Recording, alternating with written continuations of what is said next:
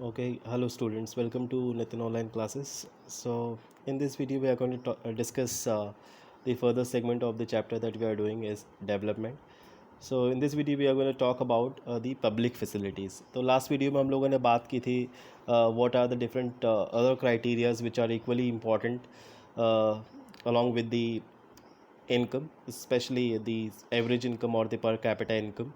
तो आज के ये जो पब्लिक फैसिलिटीज़ वाला फैक्टर है ये उसी से रिलेटेड है कि जिस तरह से हम लोगों ने देखा था कि हरियाणा और केरला और बिहार का कंपैरिजन हमने किया, जिसमें हरियाणा में पर कैपिटा इनकम काफ़ी ज़्यादा है लोगों की, बट वहाँ पे जो लिटरेसी रेट है या नेट अटेंडेंस रेशियो है या इन्फेंट मोर्टेलिटी रेट है, उसके अंदर वो बहुत पीछे है केरला से, राइट। तो इस वजह से हमने सीखा था कि किस तरह से केरला ने सिग्निफिकेंटली अच्छा किया है उन बाकी एरियाज़ में apart from the per capita income. तो अब हम देखेंगे कि उसके पीछे पब्लिक फैसिलिटीज़ किस तरह से रिस्पॉन्सिबल होती है। मतलब पब्लिक फैसिलिटीज़, सबसे पहले तो हम समझते हैं कि पब्लिक फैसिलिटीज़ होती क्या है। देखो, पब्लिक फैसिलिटीज़ का मतलब होता है वो सारी फैसिलिटीज़ जो हम एज अ पब्लिक एंजॉय करते हैं। जैसे हमारे यहाँ के जो पब्लिक पार्क्स हैं, स्कूल्स हैं, सैनिटाइजेशन के लिए जो काम किया जाता है, सड़कें बनाई जा रही हैं, नालियाँ बनाई जा रही हैं, these are the things that are made for public. हम एज अ पब्लिक इसको यूज़ करते हैं, एज अ कम्युनिटी इसको यूज़ करते हैं, इंडिविजुअल नहीं। As a community whatever the facilities that we use is called the public facilities. तो और पब्लिक फैसिलिटीज़, यहाँ पे जो पब्लिक वर्ड है इसका मतलब होता है गवर्नमेंट। मतलब ये public facilities are provided by the government.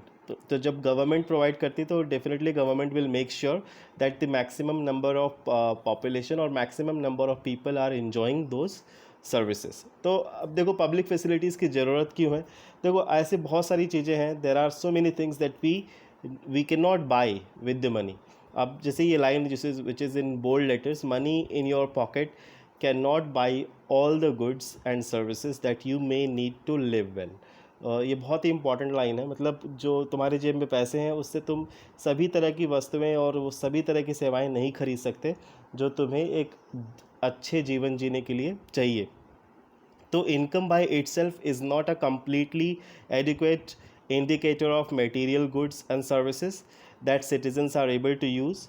For example, normally your money cannot buy you a pollution free environment। ठीक है, अब हम एक एग्जांपल लेते हैं मुंबई का। मुंबई से बेहतर एग्जांपल नहीं होगा, या दिल्ली का, जहाँ पे क्या है, पर कैपिटा इनकम ज़्यादा है लोगों की, वहाँ पे लोगों के पास जॉब्स है, बहुत ही बिजी शहर है, वो बहुत ही ज़्यादा पॉपुलेटेड भी है।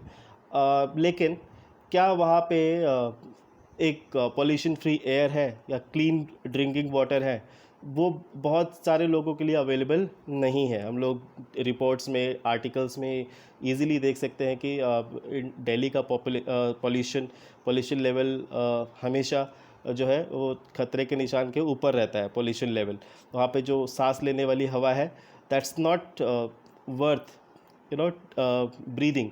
तो इस तरह से हम कह सकते हैं कि लेकिन वहाँ पे सबके पास पैसा है, या कि कोई इन्फेक्शियस डिजीज़ अगर स्प्रेड हो रही है सोसाइटी के अंदर, तो क्या जो अमीर लोग हैं उनको नहीं होगा। अभी corona time is going on, इससे अच्छा कोई एग्जांपल हो ही नहीं सकता। अब कोरोना डज नॉट सी कि पर्सन इज़ रिच और पुअर, उसके पास तुम ऐसा नहीं कि तुम उसको अपना पैसा दिखा के उससे बच सकते हो, है ना। तो देर आर सेवरल थिंग्स जिनको हमें एज अ सोसाइटी एड्रेस करना है, और अगर वो गवर्नमेंट उस चीज़ को प्रॉपरली एड्रेस करती है, then only we would be able to live a dignified life. तो वही हमें वो सभी किसके अंदर आएंगी, पब्लिक फैसिलिटीज़ के अंदर। ठीक है, तो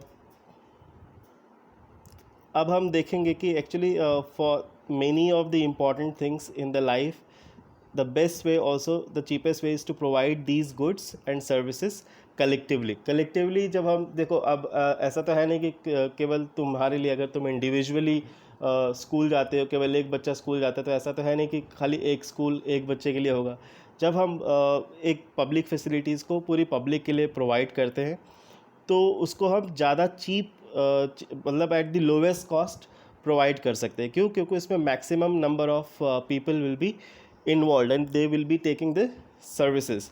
Just think, will it be cheaper to have collective security for the whole locality or for each house to have its own security man? बताओ, सभी पूरी लोकेलिटी के लिए, पूरे तुम्हारे स्ट्रीट के लिए एक सिक्योरिटी गार्ड चाहिए, या हर किसी के लिए अलग अलग, हर घर के लिए एक एक सिक्योरिटी गार्ड? तो which one is going to be cheaper?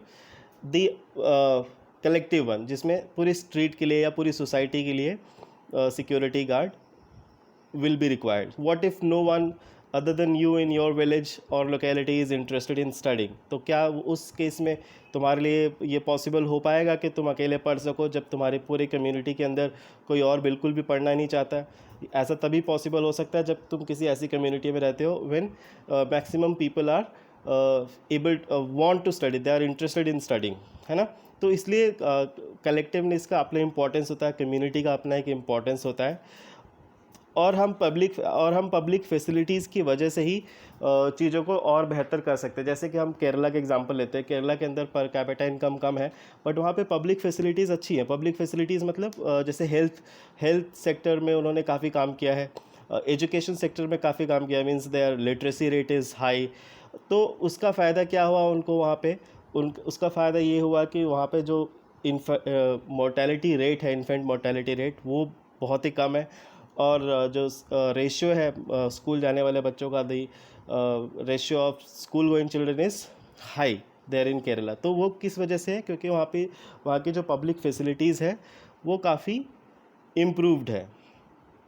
ठीक है, तो ये हमें समझना था कि how public facilities are play a responsible role और a crucial role in increasing the developmental goals. तो अगर आपको डेवलपमेंट चाहिए, ओवरऑल डेवलपमेंट चाहिए, तो पब्लिक फैसिलिटीज़ के अंदर इम्प्रूवमेंट होना चाहिए। Public facilities should be provided to all and equal होना चाहिए, एक इक्वल डिस्ट्रीब्यूशन होना चाहिए, हर किसी मेंबर को उसका पार्ट मिलना चाहिए। Then only we would be able to create a society which will be developed in all the senses. ठीक है, तो इस वीडियो में हमें इतना ही करना था। आगे हम लोग बात करेंगे कुछ और इम्पॉर्टेंट टॉपिक्स की, जैसे कि बॉडी मास इंडेक्स है, and then human development index, और उसके बाद हम लोग बात करेंगे सस्टेनेबल डेवलपमेंट की।